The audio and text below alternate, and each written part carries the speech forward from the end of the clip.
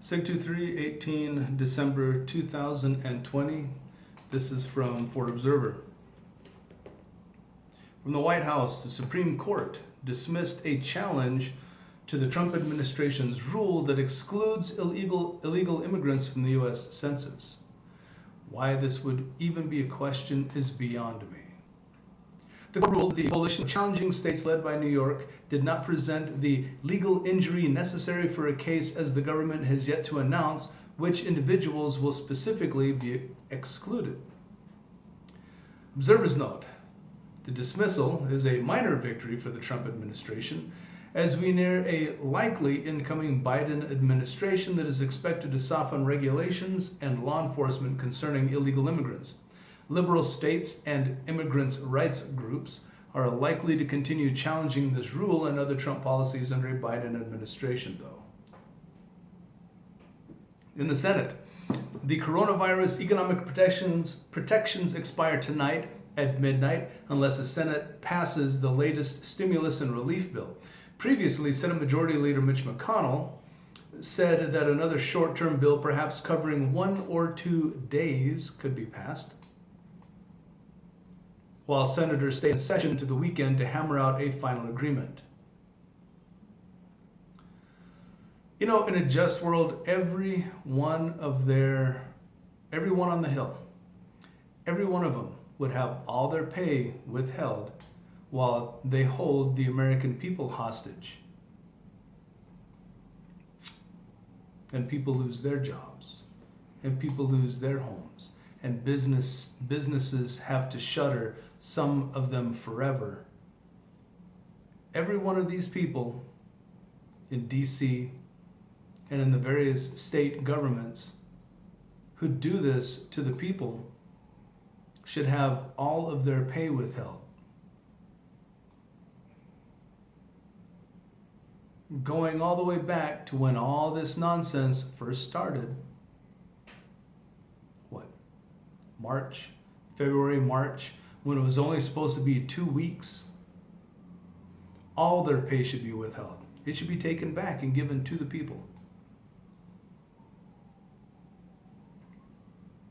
Low intensity conflict in some. Indefinite National Guard activation during the Floyd case trials. The Minnesota National Guard is making preparations for deployment in March during the trials of 4 Minneapolis police officers implicated in the death of George Floyd.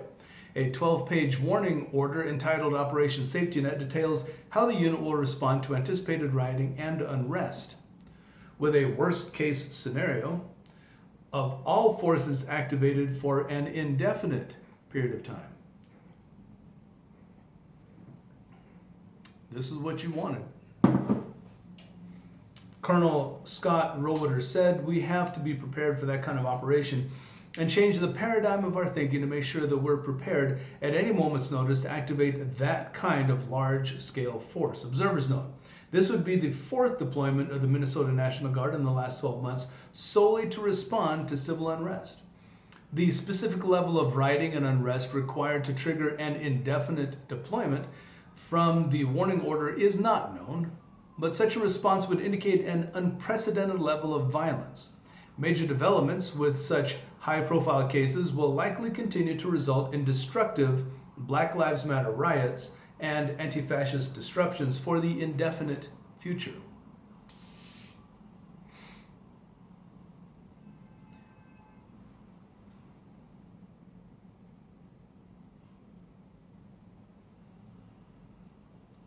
Armed leftists call for stimulus spending on firearms, explosives, and propaganda. I think the people probably need it on food and maintaining their shelter. Call me crazy, but priorities first. In anticipation of the next potential coronavirus stimulus package, several armed leftist groups pushed for stimulus recipients to spend it on acquiring firearms and ammunition. One leftist on social media pointed out that $600 could purchase a handgun and ammunition, or components for making an improvised explosive, or to print and distribute propaganda pamphlets. One West Coast armed liberal group listed, I'm inserting a liberal group because I'm not going to play those stupid games, listed a de facto buyer's guide posting a list of various firearms under $600. Another suggested that the $600 stimulus check would enable enough liberals to purchase firearms and storm the White House. Okay. Observers note there's a continued expectation of armed violence involving firearms that clashes with law enforcement and right-wing groups, which continue virtually every weekend in multiple cities. Every single weekend. And it's not going to stop. And Harris encouraged it. She still encourages it.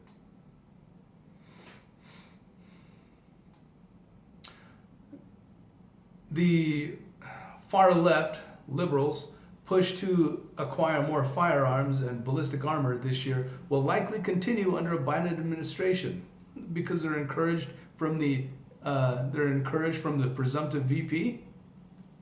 Okay. The rhetoric of many of these liberals further indicate their intent to potentially commit acts of violence against the government or political opponents.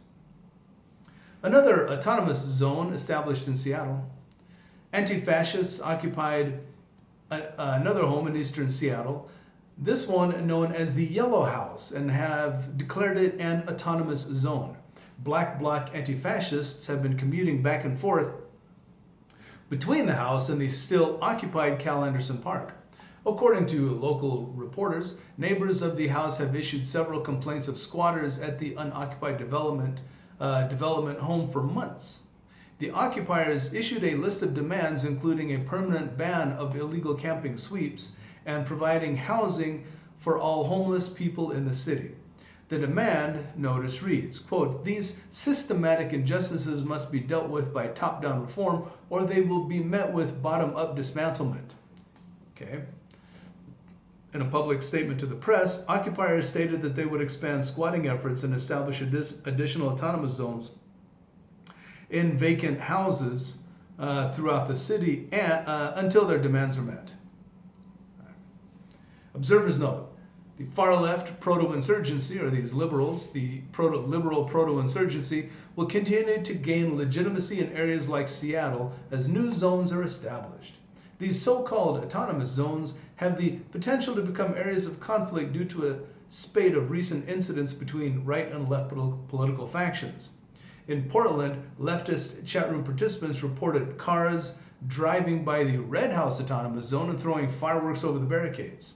In Seattle, they reported chasing away arsonists who lit tents on fire, launching flaming arrows over the barricades, and destroyed a car with a Molotov cocktail. Acts of destruction and violence in these areas is representative of an ongoing low-intensity conflict. You mean someone is actually fighting back instead of just taking it? Ooh, boy, what a precedent that would set. Alt-right encouraging manufacturing of homemade firearms. Alt-right chatroom participants recently encouraged other white supremacists to begin manufacturing homemade firearms. Contributors shared files, guides, and designs of homemade firearms and firearms components. They also discussed home manufacturing processes such as 3D printing and electrochemical machining. Observers note, manufacturing a firearm or firearm components for personal use is, for the most part, a legal activity in most of the U.S. The intent of these alt-right groups is, however, to proliferate significant amounts of fully automatic, unserialized, and unregistered firearms to be used during the preface of a societal collapse. Their aim is to maximize the number of weapons among their groups, which they estimate will be targeted by a liberal-controlled government.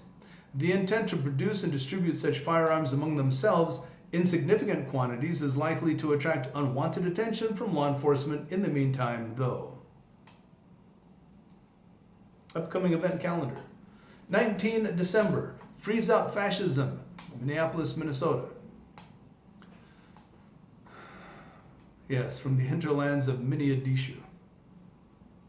1 January, Fascist Free 503, Salem, Oregon. 6 January, election certification, U.S. Senate 20 January 46 presidential inauguration. 20 January Shield Wall, D.C. What in the hell is that? 23 January MAGA Victory Parade.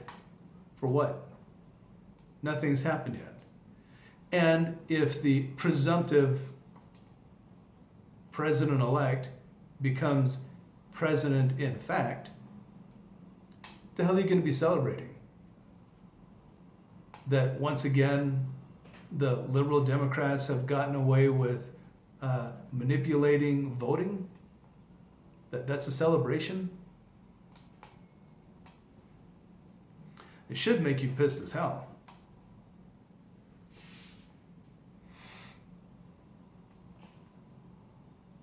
That's it for now.